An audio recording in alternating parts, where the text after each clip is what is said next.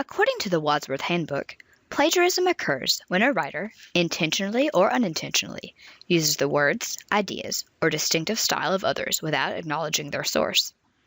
When a writer attempts to pass off another writer's work as his or her own, or does not include proper documentation within the work, that is considered plagiarism. These sentences, one a direct quote and one a paraphrase, are good examples of how to avoid plagiarism by properly punctuating and documenting source material. But more about that later. For now, let's focus on understanding exactly what plagiarism is.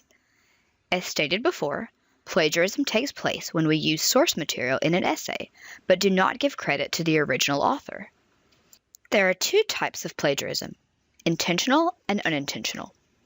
Intentional plagiarism is a very serious act in which a writer knowingly copies someone else's work verbatim, or, in extreme cases, actually turns in an essay written by another person.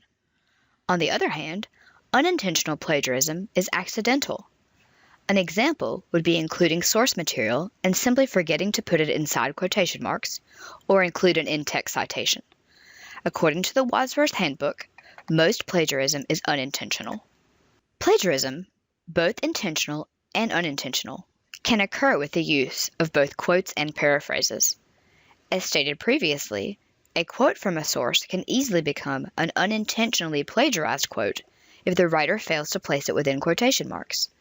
In most cases, this is an honest mistake that is easily correctable. Simply add quotation marks and the appropriate in-text citation. What you want to avoid is intentionally copying material from another source and failing to use quotation marks or an in-text citation. This type of willful act of plagiarism is a serious offense and is not taken lightly by institutions of higher learning. We'll come back to that shortly. To avoid plagiarism when paraphrasing, it is important to make sure your writing is significantly different from the material you are paraphrasing, which means presenting someone else's material in your own words and style. It is not enough to maintain the structure of the original sentence and simply change as many words as possible.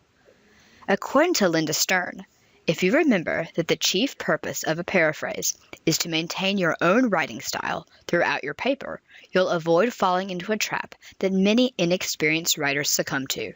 That is, using the original passage but changing just a few phrases here and there.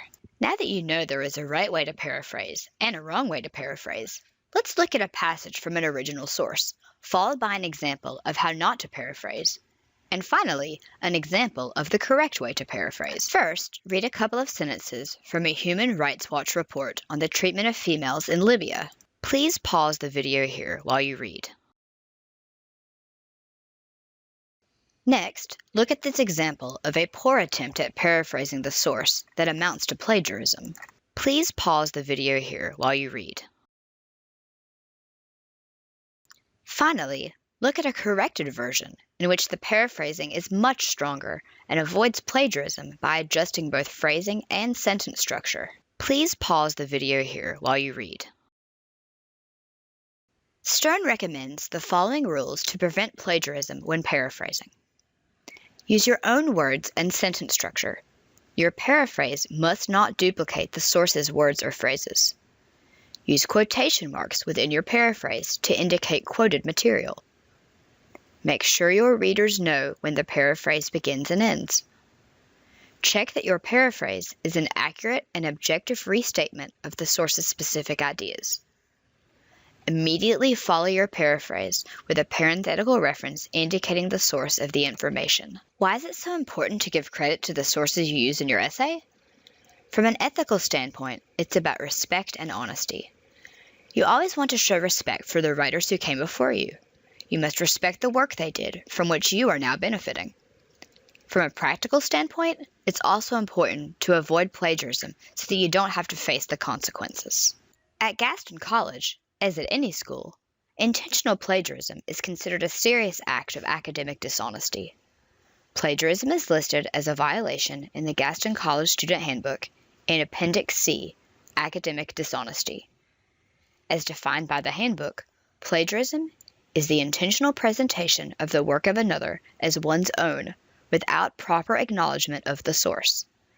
The sole exception to the requirement of acknowledging sources is when the ideas or information are common knowledge. The consequences for Gaston College students who intentionally plagiarize are at the instructor's discretion.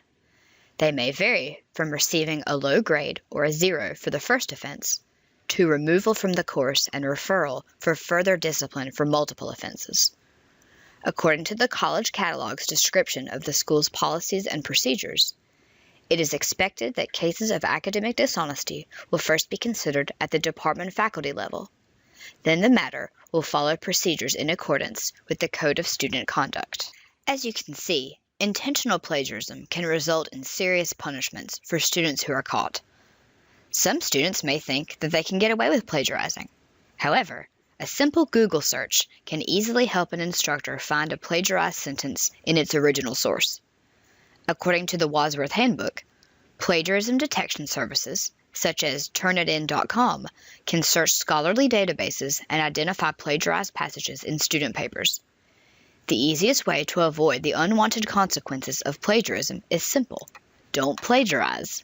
Before we conclude, let's address one final issue that students run into when writing essays that incorporate outside sources: what to do with common knowledge. It is not necessary to cite a source when the information is considered common knowledge. According to the Wadsworth Handbook, this includes facts available from a variety of sources, familiar sayings, and well-known quotations. However, if you have any concern as to whether something needs documentation, it's probably best to err on the side of caution. To conclude, avoiding plagiarism is key to your academic success at Gaston College and at any other school you may attend in the future. Once you understand what plagiarism is, it's a lot easier to make sure you don't do it. If you have any further questions, don't hesitate to ask your instructor, or feel free to visit the Writing Center for instruction or advice.